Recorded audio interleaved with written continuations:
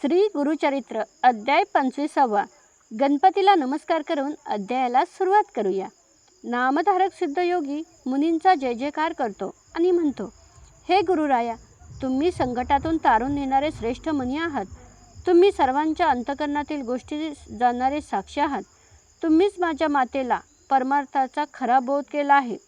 नामधारक सिद्धांना पुढे विचारतो, त्या परमभक्त विक्रम भारतीयांना श्रीगुरूंनी आपले प्रत्यक्ष रूप कसे दाखवले आणि त्यानंतर पुढे काय कथा घडली, हे दात्या मला कृपा करून सांगावी.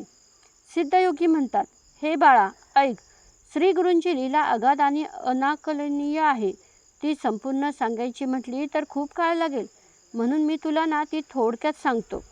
पुढे ऐक. एक अपूर्व आणि नवल वाटावी अशी गोष्ट घडली. ती तू लक्षपूर्वक ऐक. विदुरा नावाचे एक नगर होते. तिथे एक यवन मुसलमान वंशातील राजा राज्य करत होता. तो राजा अत्यंत क्रूर आणि ब्राह्मणांचा द्वेष करणारा होता. तो नेहमी प्राण्यांची हिंसा करायचा. त्याला ब्राह्मणांमध्ये वाद लावून धर्मचर्चा ऐकण्याची आणि आपल्यासमोर त्यांच्याकडून वेद म्हणून घेण्याची विकृत हौस होती. तो यवन राजा राज्यातील ब्राह्मणांना सांगायचा की तुमच्यातील जो कोणी मोठा विद्वान लोक असतील त्यांनी माझ्या दरबारात यावं आणि माझ्या समोर सर्व वेद म्हणून दाखवावेत. जो कोणी माझ्यासमोर वेद बोलेल त्याला मी खूप धनदौलत देईन आणि समाजात त्याला मान मिळेल. आणि जे कोणी वेदांचे सविस्तर अर्थ सांगतील त्यांचा मी विशेष सन्मान आणि पूजा करेन. हे ऐकून जे खरे ज्ञानी आणि सात्विक ब्राह्मण होते त्यांनी आम्हाला वेद येत नाहीत असं सांगून राजाकडे जाणं टाळलं. परंतु जे मतिहीन, बुद्धिगहाण ठेवलेले आणि पैशाचे हावरे होते त्यांनी धनाच्या आशेने तिथे जाण्याचे ठरवलं. ते लोभी ब्राह्मण त्या यवन राजापुढे जाऊन मोठ्या अभिमानाने वेद आणि शास्त्रे वाचू लागले. राजाने समोर अग्निकुंड तयार ठेवलं होतं.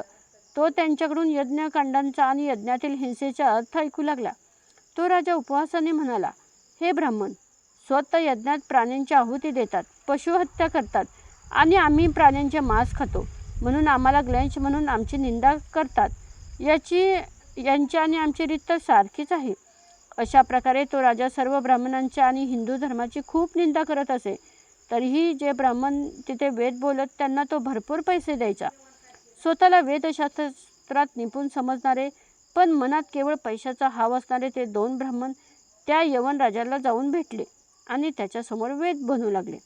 असे दिवस जात असताना एके दिवशी ते दोन मंदभागी ब्राह्मण राजाला भेटण्यासाठी दरबारात आले.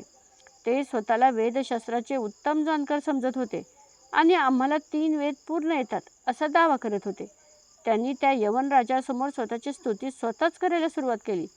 ते ब्राह्मण राजाला म्हणाले, हे राजा, या संपूर्ण 4ही राज्यामध्ये आमच्या तोडीचा कोणीही विद्वान नाही आहे जो आमच्याशी वेदावर वादविवाद करू शकेल.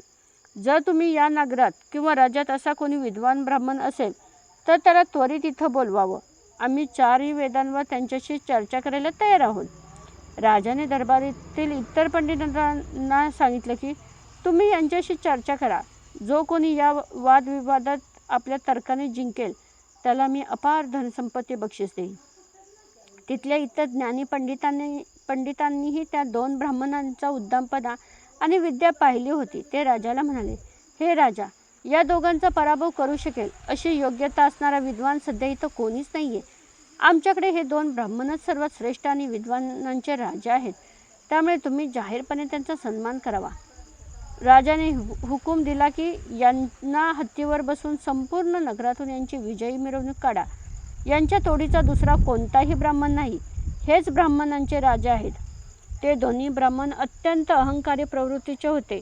ते इतर चांगल्या ब्राह्मणांना नावे ठेवून त्यांचा अपमान करून त्या यवन राज्यात स्वतःला विद्वानांचे राजा म्हणून घेऊ लागले. असे चालू असताना ते दोघे विप्र पैशाच्या आणि विद्येच्या नशेत पूर्णपणे अंध झाले. त्यांनी राजाकडे जाऊन एक नवीन विनंती केली. आमच्या मनात आता एक मोठी इच्छा आहे. आम्ही संपूर्ण राज्यात फिरून वेदशास्त्राच्या अर्थावर लोकांसोबत वाद करावा, म्हणून तू आम्हाला तुझ्या राज्यात फिरवण्याची आज्ञा द्यावी. जर वाटेत एखादा विद्वान मनुष्य मिळाला तर आम्ही त्याच्याशी चर्चा करू आणि जर आमच्या तोडीचा कोणी नाही मिळाला तर आम्ही गावोगावी आमच्या विजयाचे जयपत्र लिहून पुढे येत जाऊ. यवन राजा तर ब्राह्मणांचा द्वेष करणाराच होता. त्याला आनंद झाला. तो म्हणाला, तुम्ही त्वरित माझ्या संपूर्ण राज्यात फिरा आणि तिथल्या सर्व ब्राह्मणांचा पराभव करा. असं म्हणून त्याने त्यांना परवानगी दिली. ते दोन्ही ब्राह्मण गावोगावी फिरू लागले आणि तिथल्या पंडितांना घाबरून किंवा हरवून त्यांच्याकडून जयपत्रे लिहून घेऊ लागले. कोणामध्येही इतकी ताकद नव्हती की ते त्यांच्यासमोर उभे राहतील. अशी अनेक नगरे फिरत फिरत ते दक्षिण दिशेला आले. तिथे भीमा नदीच्या काठा वसलेले कुसमी नावाचे एक उत्तम आणि प्रसिद्ध गाव होतं. त्या कुसमी गावात त्रिविक्रमी भारती नावाचे एक थोर संन्यासी राहत होते. त्यांना तिन्ही वेदांचे उत्तम ज्ञान होते आणि ते अनेक शास्त्रामध्ये पारंगत होते. ते महामुनी अत्यंत कीर्तिवान आणि सात्विक आहेत असं तिथल्या लोकांनी सांगितले. हे ऐकताच ते अहंकारी ब्राह्मण त्या मुनींचा पराभव करण्याच्या उद्देशाने त्यांच्या मठात गेले. त्यांनी मुनींकडे पाहून उद्दामाने म्हटलं, तू स्वतःला 3 वेद जाणणारा म्हणतोस ना? मग ऐक, आमच्याशी वेदशास्त्रावर चर्चा कर, नाहीतर स्वतःचा पराभव मान्य करून आम्हाला शरण आल्याचं पत्र लिहून दे. त्या उर्मट ब्राह्मणांचे बोलणे ऐकून शांत स्वभावाचे त्रिविक्रमी भारती मुनी म्हणाले, बाबांनो, मला 3 वेद तर दूरच, पण एकही वेद धड येत नाही.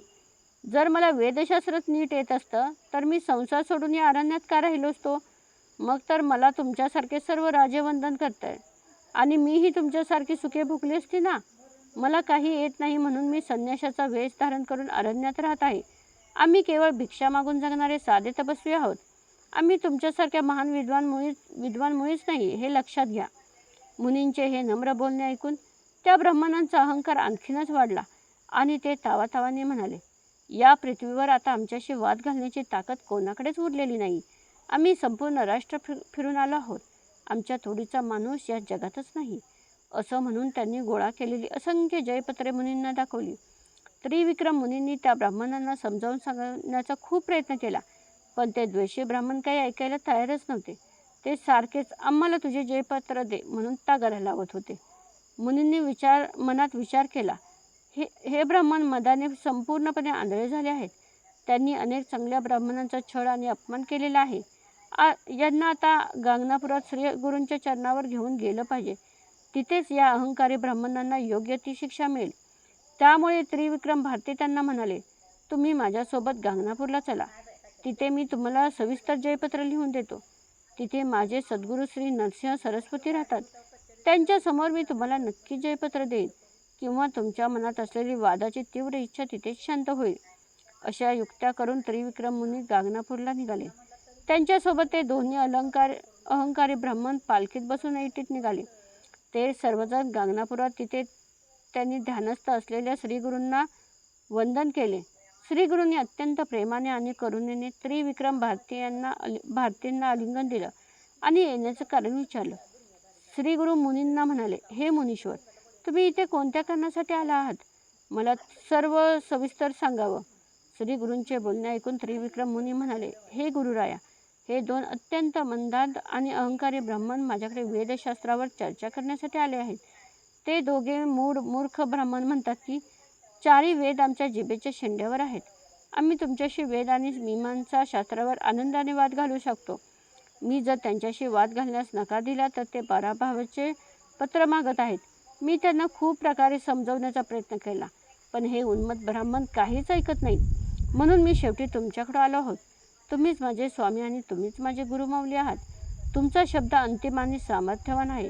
आता तुम्हीच काय ते ठरवा आणि सांगा. त्रिविक्रमांच्या मुनींचे बोलणे ऐकून श्रीगुरूंच्या चेहऱ्यावर मिश्किल हास्य उपटले.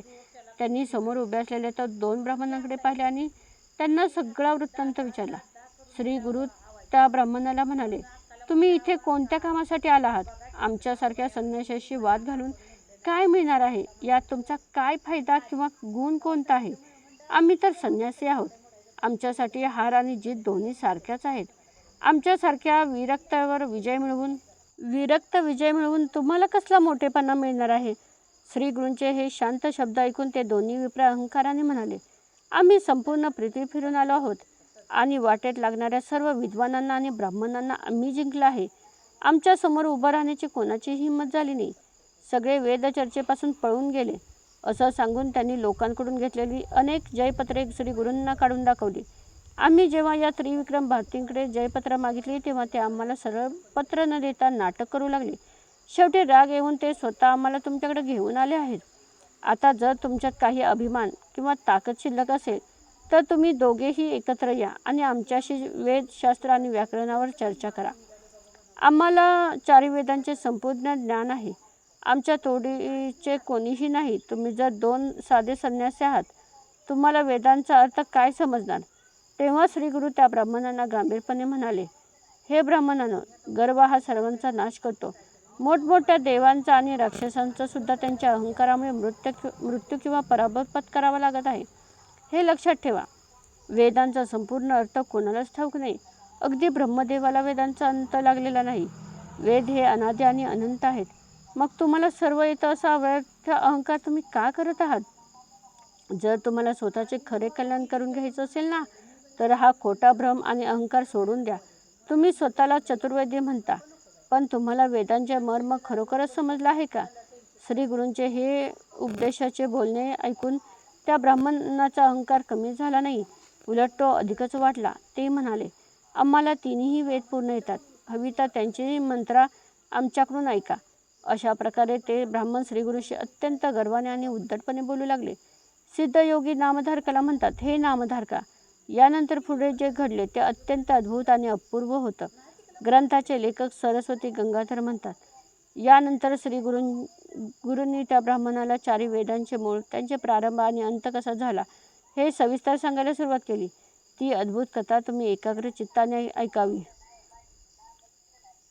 अशा प्रकारे श्री गुरुचरित्रामृतातील श्रेष्ठ कथा कल्पतरुमधील श्री नरसिंह सरस्वती चित्रातील सिद्ध आणि नामधारक यांच्या संवादातील ब्राह्मणाचा अहंकार नावाचा हा 25वा अध्याय इथेच पूर्ण होत आहे. हा अध्याय श्री दत्तात्रयांच्या चरणी अर्पण असो. श्री गुरुदेव दत्त.